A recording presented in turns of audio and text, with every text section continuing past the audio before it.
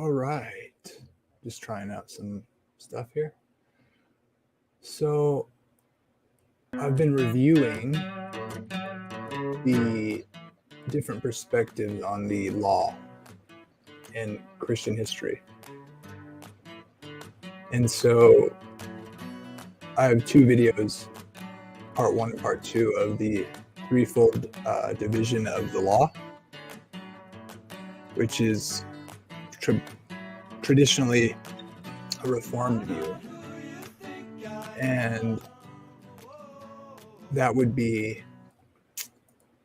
ceremonial, civil, and moral.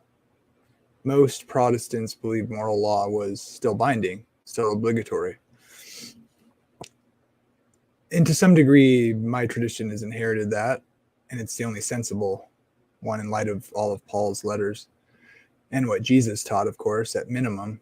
I would say I'm not fully in agreement with everything the Reform movement has said historically, although conceptually there is some truth to it, and we've covered that in the last videos. This is going to be reviewing a perspective from a more Hebrew roots Torah, so a Torah keeping community, a paper written by them. So, and we're going to explore that, and I'm going to see where I agree or disagree, because I don't agree with the Reform position completely. I believe we should be keeping the food laws,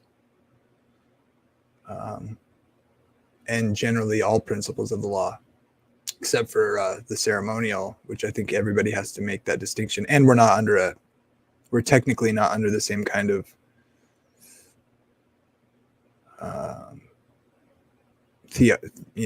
what do you call it? Theonomy, or we're not under a we're not the nation of Israel proper, I would say, until Christ is ruling from Jerusalem.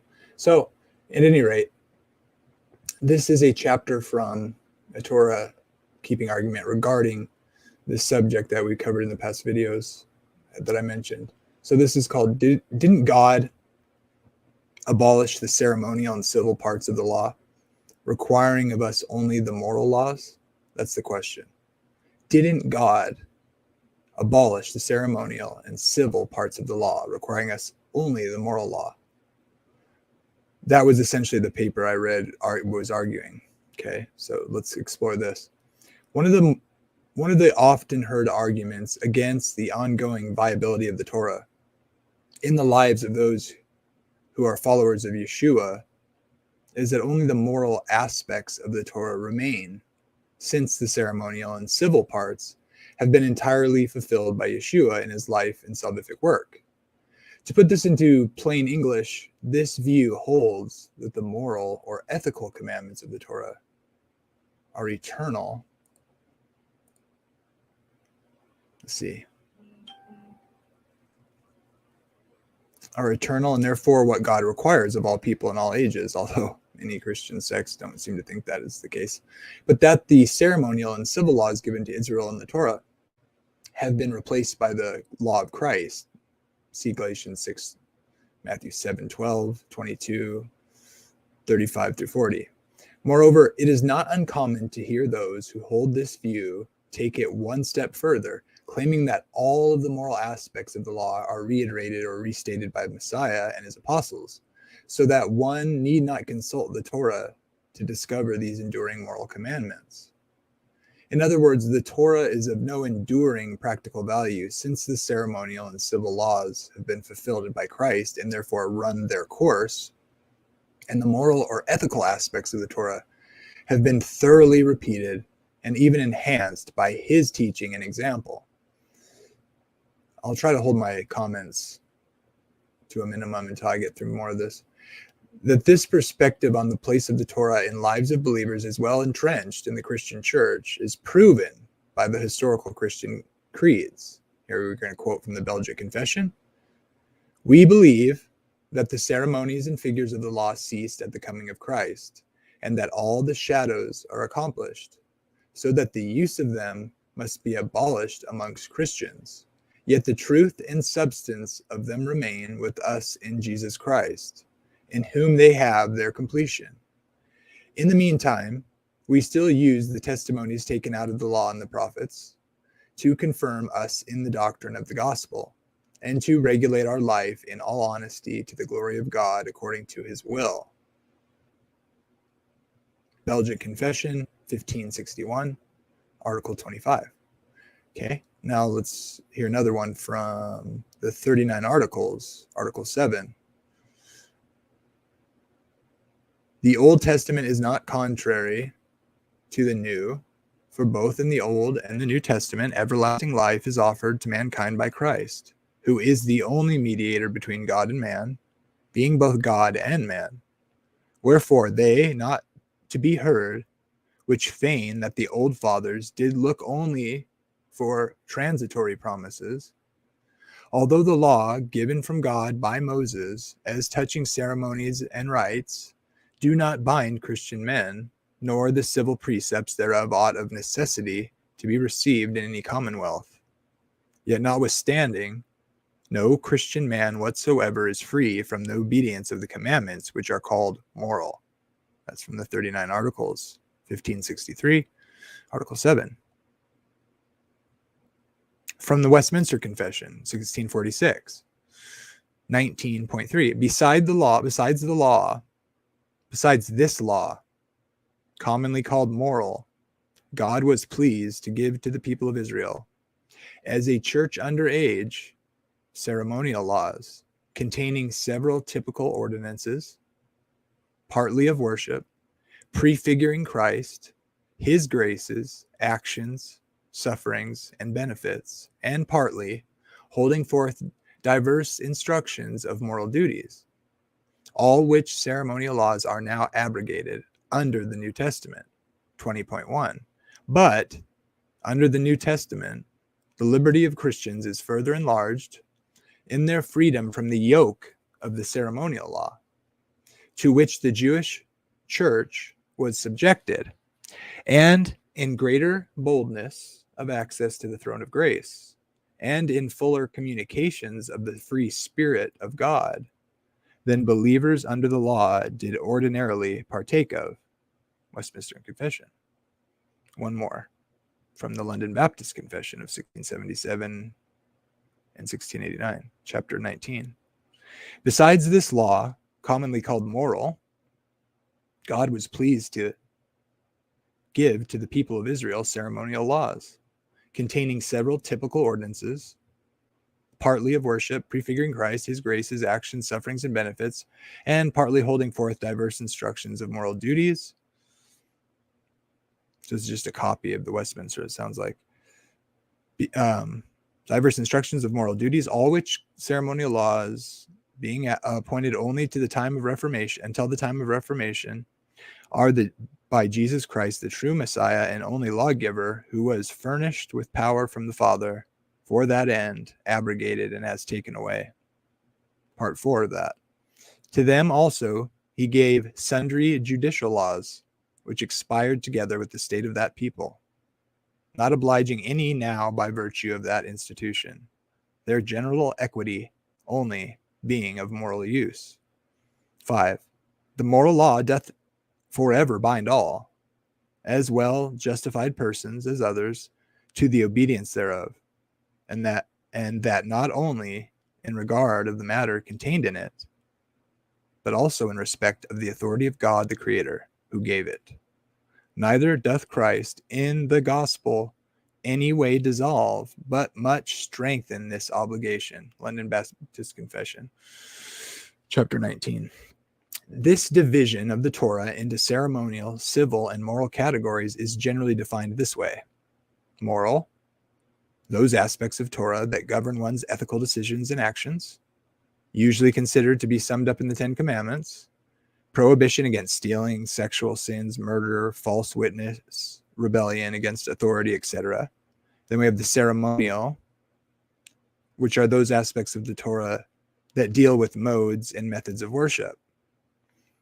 The sacrificial system in the tabernacle or temple, ceremonial purities, clean and unclean, the appointed times or festivals, tzitzits, mezuzah, sorry, I don't know these words, tefillin, and other symbols, and the food laws. Civil, which would be the laws governing the Israelite society in general. Property laws, sabbatical years or Shemitah cycles and Jubilee cycles. Laws relating to servants, indentured slaves, debts, ownership of property. Marriage laws, divorce laws, laws relating to contracts, oaths.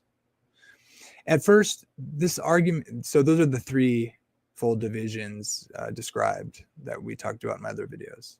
Okay, and they're accurately representing these by quoting these creeds and now laying out a common definitions of the three terms. At first, this argument seems to carry significant weight, for when we listen to the words of Yeshua and his apostles, they emphasize the moral or ethical aspects of obeying God and seem to give little attention to the ceremonial and civil categories of the Torah. But this raises a very significant question. Does the division of the Torah into ceremonial, civil, and moral categories have any biblical basis? And a second question follows. Did the first century Jewish community, including Yeshua and his apostles, view the Torah in this manner? If the Torah was received as a single, unified entity, then it would constitute special pleading to expect Yeshua and his apostles to emphasize categorical differences in their teachings. The unity of the Torah. If we read the Torah with the purpose of discovering whether categories of ceremonial, civil, and moral laws are clearly delineated, we discover that just the opposite is true.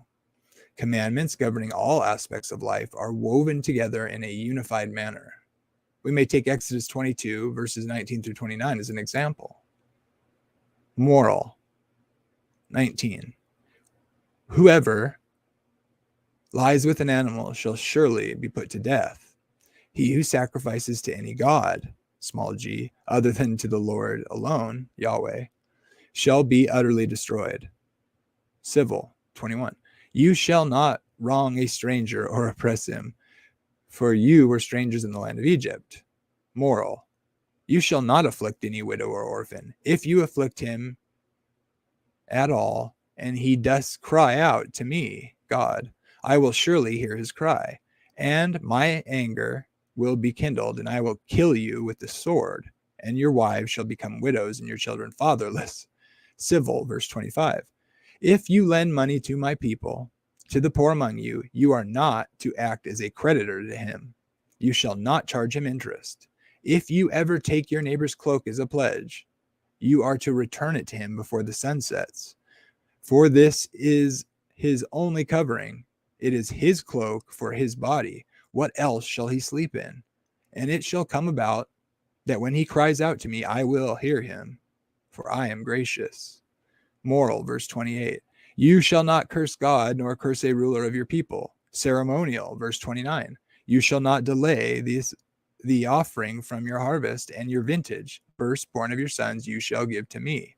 In reality, it's impossible to distinguish between ceremonial, civil, and moral in most cases. So hopefully you understood I was reading Exodus 22, verses 19 through 29, and they were interjecting as if this kind of is a satire or a demonstration of the absurdity of trying to delineate moral from ceremonial, from civil, as it just flows through the chapter of Exodus 22. The link, if you want to follow along, the link to this paper, I'm on page 135, which is the third page in the link. It's much better if you see what is on the paper here. In reality, it is impossible to distinguish between ceremonial, civil, and moral in most cases.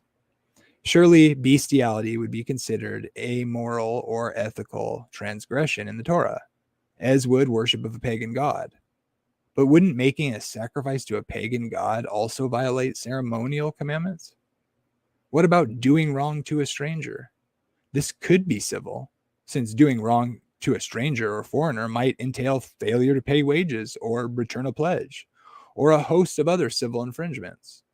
But such wrongful actions would also be a moral transgression, as the punishment shows. For when the foreigner cries out to God, God's anger is kindled. What about lending money? Does this not fall into the category of civil laws, regulating interest charged on a loan? The charging of interest is illustrated by the taking of a cloak for a pledge and the requirement to return the pledge in a timely fashion. The point is that charging interest impoverishes one's neighbor, who may appeal to God, who will hear and attend his needs. Moreover, to retain the pledge beyond the prescribed time is equal to stealing, for the pledge does not belong to the lender. Is stealing a transgression of a moral or civil commandment? In the end, the one who fails to abide by these civil/moral laws also fails to act as God would act, which would be classed as ungodly. Surely, this is a moral issue as well as a civil one.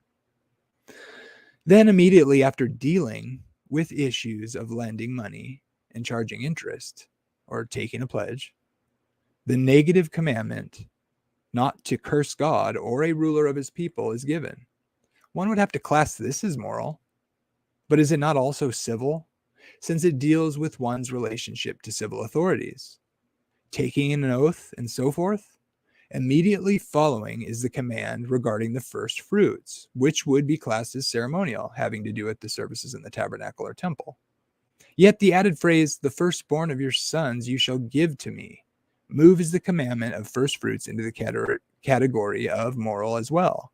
For to withhold the redemption of the firstborn is tantamount to stealing from God, for the firstborn belongs to him.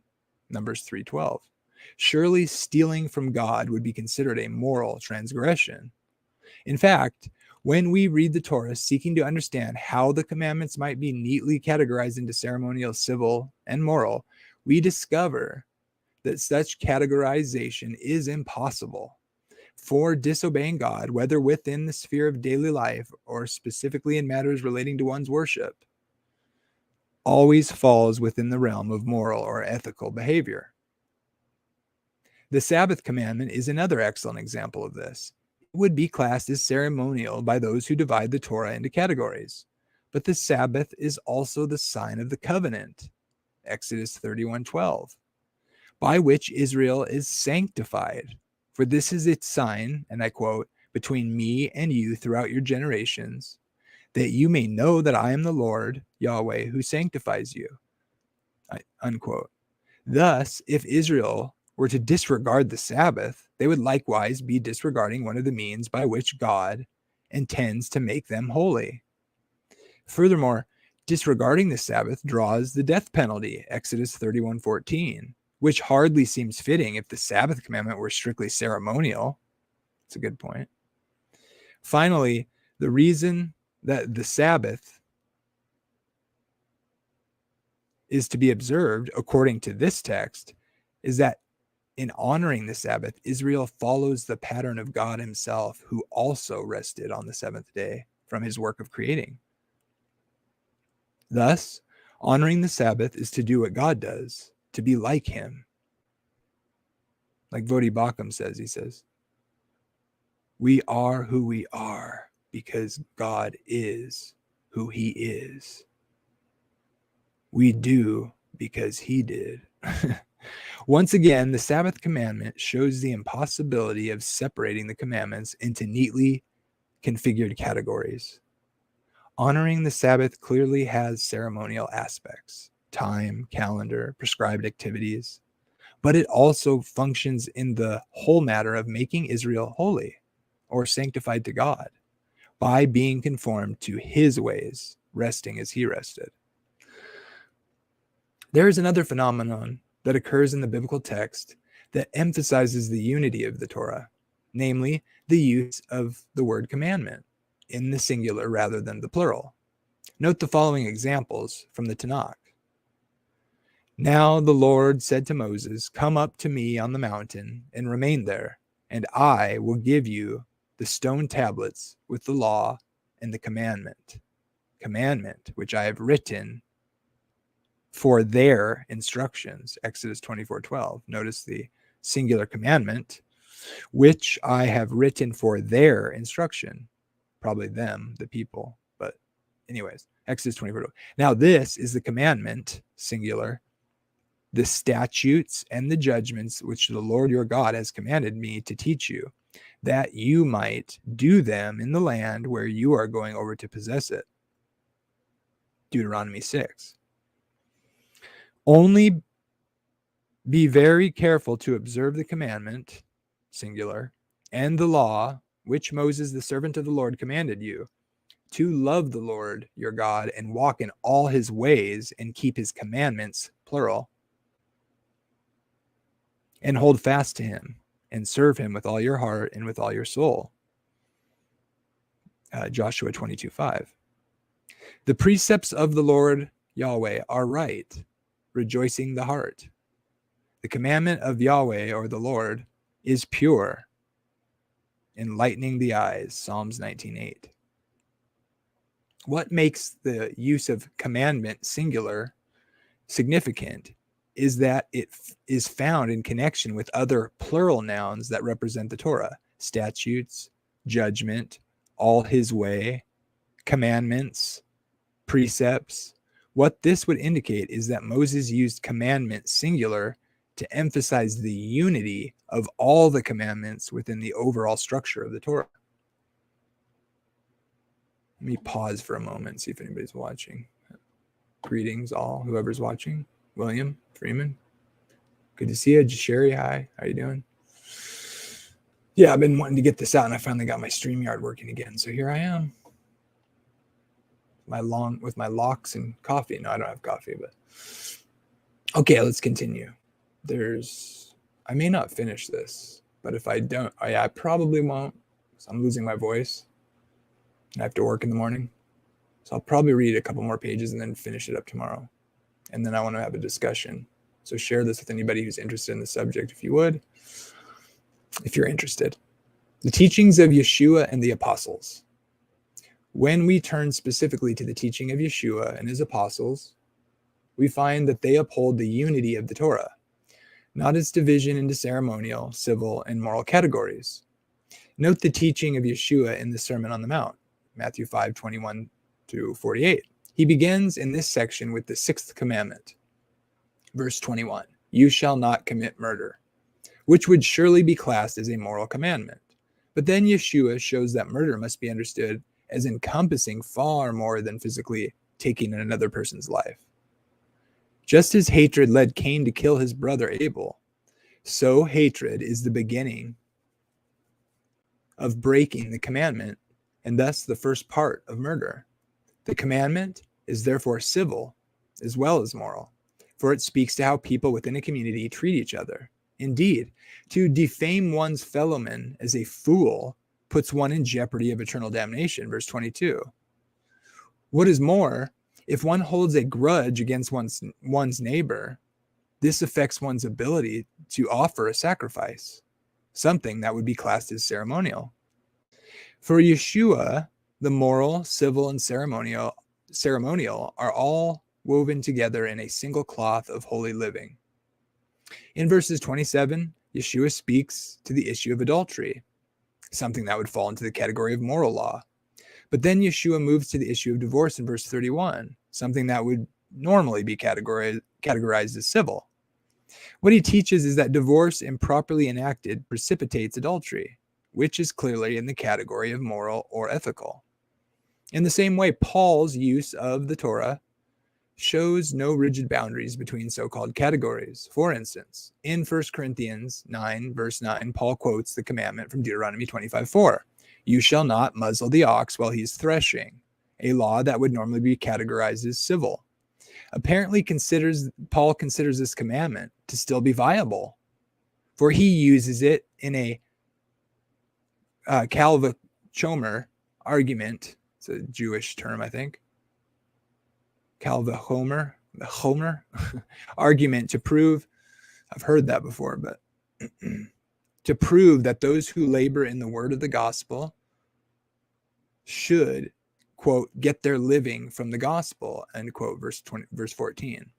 In other words, Paul derives a moral or ethical principle from this civil commandment, showing us that as far as he was concerned, there were no rigid boundaries that separate a civil law from a moral or ethical commandment.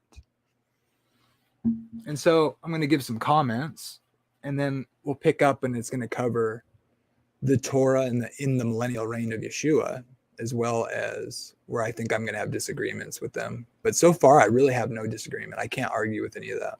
So that's how I would see it, in the sense that that is the way the New Testament writers, including Paul and Jesus and the other apostles, use it. Some people want to get out of that by misunderstanding Paul, I think, whether intentional or not. Some are definitely not intentional, in my opinion. Otherwise I think this is a misreading. Now, I do think Paul does make distinctions about the ceremonial, which I think he saw as impermanent, but he certainly did not see boundaries as these examples of what we see are given. After all, it is the law of God. It is the direction from God, showing us how to be human, after all. So one might expect that. Now, I would say the divisions being made are misused by the Reformed movement to various degrees, although I think they get it very, very well compared to modern evangelicalism as a whole, which is actually a really kind of a cultic misreading of a modern era. Most Protestants, Baptist, Calvinistic or not, understand these, and well-read, mature Christians seem to understand this, at least to some degree. Now, how that's practical and pastoral in a church setting is going to differ probably. But,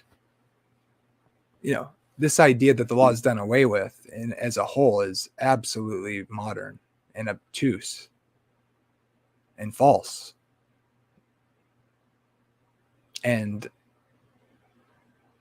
But certainly it gets confused because of the very important truth of righteousness and justification by faith being the foundation, but it always was the foundation. So people can misuse this information in separate directions, disregarding and confusing the need for the gospel by doing away with the law entirely, which renders one to wonder what they think they need saving from, other than God torturing them forever, I suppose, for not admitting they were trash, which is quite an absurd and unfortunate dilemma that many Christians essentially believe, whether they articulate it that way or not. The Jewish law, that's not for them. Jesus saved them from. But if you try to do what God said, then you're not admitting you're trash. So God will burn you forever for not believing on the Son, because believing on the Son means not loving God and loving your fellow man by keeping how to be human delivered by God to man. Don't do that or God will burn you forever now.